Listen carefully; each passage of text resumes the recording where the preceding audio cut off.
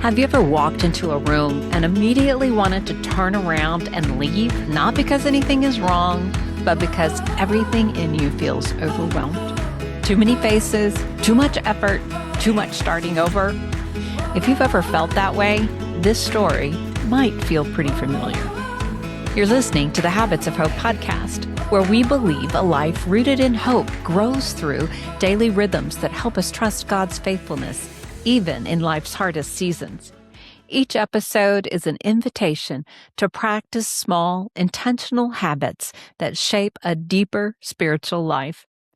In a recent conversation with Kristen Strong, we talked about friendship, loneliness, and the courage it takes to keep showing up in relationships. Since that episode aired, so many of you have reached out. You've shared your own stories of feeling lonely and the struggle to find your place, of wondering why building friendship can feel so hard, especially in certain seasons of life.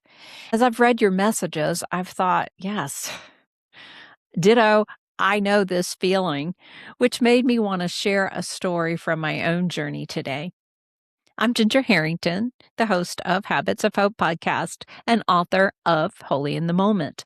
And I'm also someone who has had to learn, very personally, what it means to hold on to hope in seasons that feel uncertain and unsettled.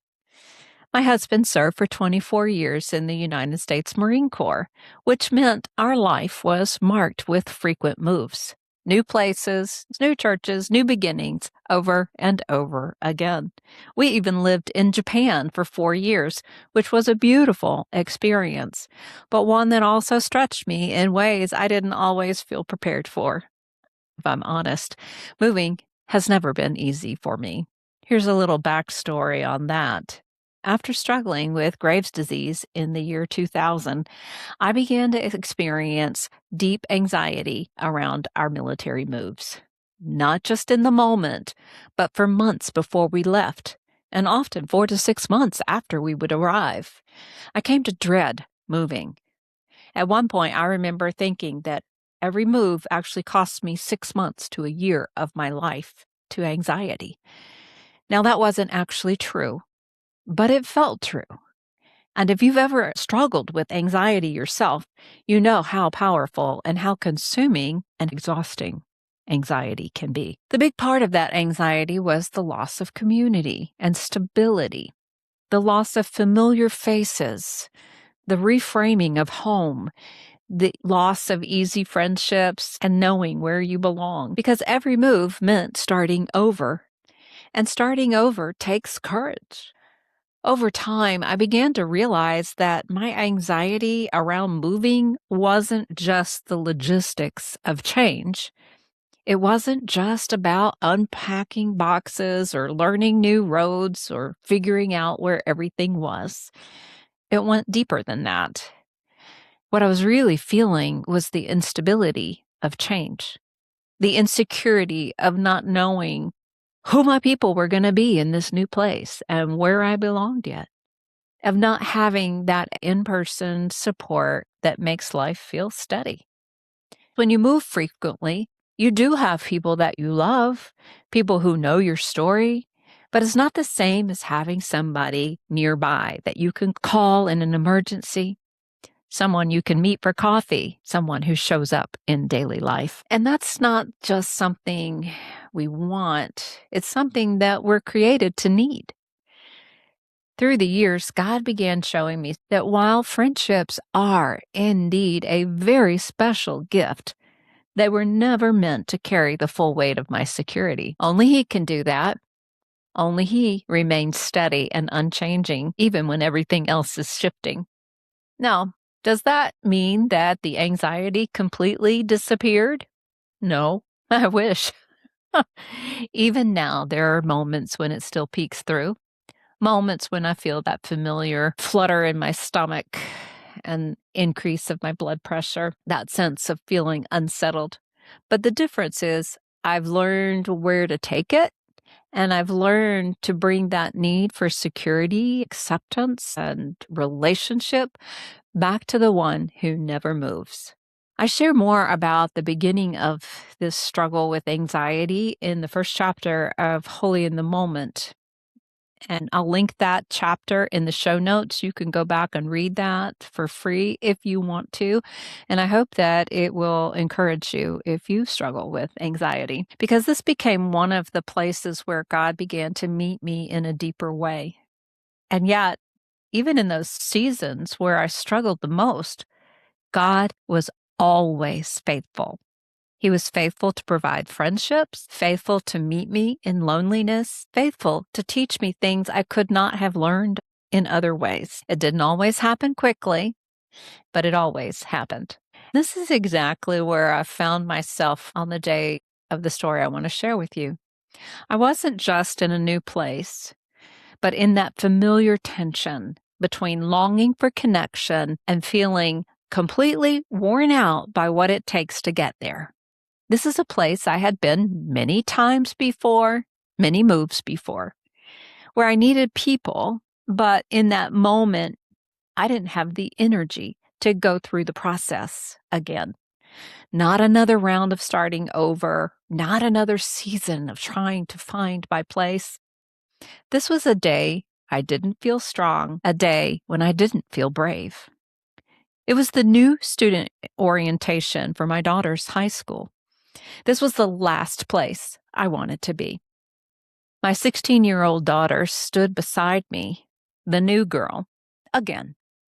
I was just as anxious as she was, maybe more, because I knew what this moment would require. Another round of introductions, another room full of unfamiliar faces, another beginning that would take time and emotional bandwidth that I didn't feel like I had. The noise of the room pressed in, conversations overlapping, laughter echoing, people reconnecting like they already belonged. And I felt it. I wanted to be invisible. I wanted to make myself smaller, to stay unnoticed, to get through it instead of stepping into it. I tried to sound upbeat for my daughter, putting on a good face. And I said, "Looks like it's going to be a great school." As I looked around that crowded space, I could feel it rising. The quiet overwhelm, that internal voice that says, "I don't want to do this again." Maybe you felt that too. Not just socially, but emotionally, or maybe spiritually. That place where you've reached your limit. And here's what I want you to hear. God is not asking you to pretend that you're stronger than you are. He's not asking you to push through and power up to have more energy than you actually have. He meets you right there. I've always loved Psalm 94, verse 19. It says, "When my anxious thoughts multiply within me, your consolations delight my soul." I can relate to that verse, and that's one of the things that anxiety does. It creates multiplying anxious thoughts. You don't just have one anxious moment. I love the honesty of this verse. When my anxious thoughts multiply, not when they go away, not when I get them under control, but right in the middle of the mess. When they're stacking up, when they're louder than everything else, when they're pressing in from every side, that's where God meets us. God's comfort doesn't wait on our strength. God doesn't just meet us on the other side of our limits. He meets us right there in the middle. That's exactly where I was on that day. Not strong, not ready, not brave, just at my limit. The loudspeaker crackled with instructions, sending the students one direction and the parents another. My daughter looked at me, she smiled and squared her shoulders. She had a quiet, steady kind of courage. And then she stepped forward. And as I watched her go, I felt the contrast between us. She was moving into the moment, and I was pulling back from it.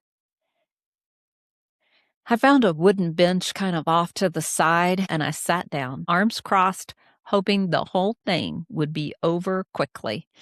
And in that moment, I stopped trying to push through it, and I just told God the truth.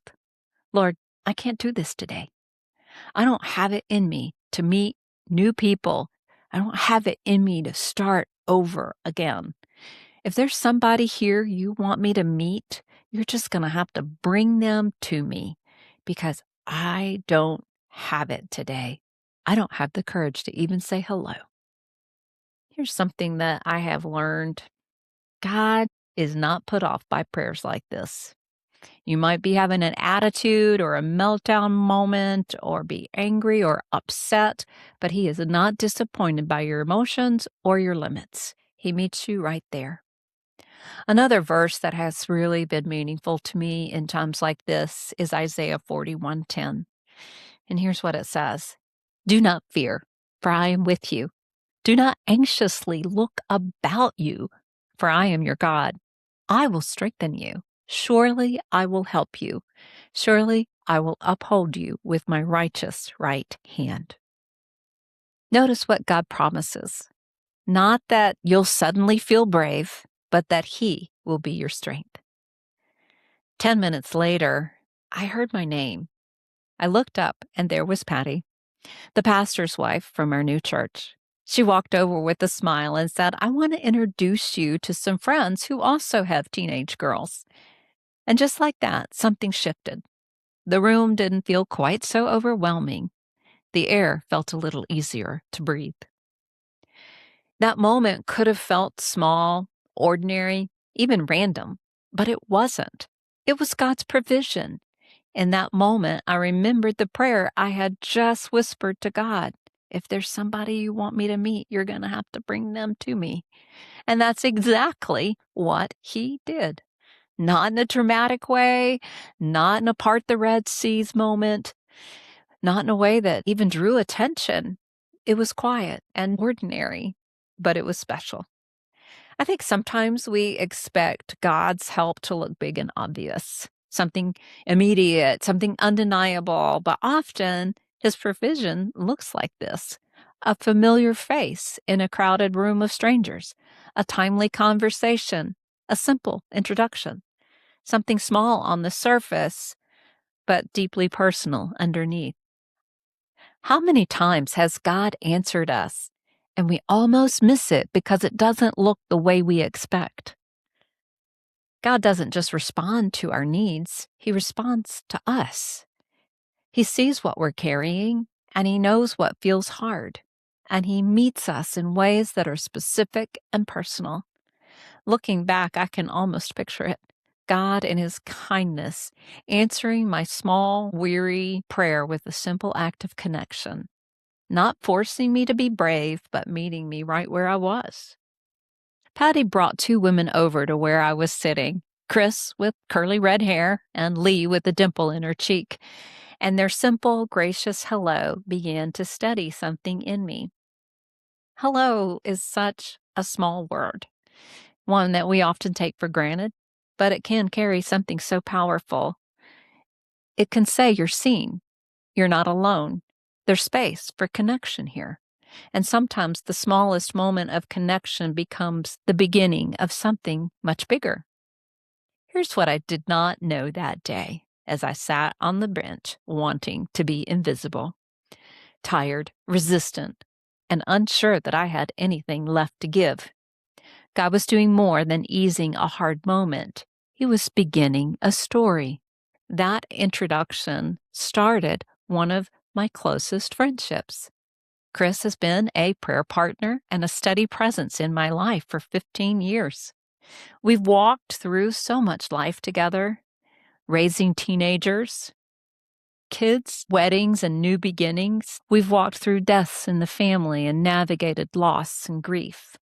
And now we're experiencing the joy of grandparenting. And it all began with a moment when I didn't even have the courage to say hello.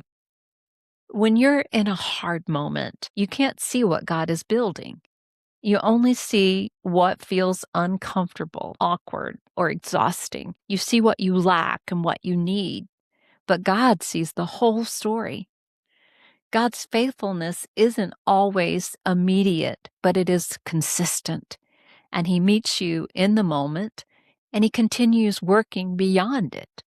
What began as a small act of provision can become a lasting gift of grace. You may not see it right away, but it doesn't mean that God isn't at work. God is often doing so much more than we can see, especially in the moments that are hard. So here's your habit of hope for this week. Release the pressure to make something happen if connection feels hard right now. Let this be your prayer. Lord, would you bring the right people into my path? And then simply pay attention. Notice who shows up. Notice the small beginnings. Because sometimes hope doesn't begin with reaching out, it begins with receiving what God is already bringing to you.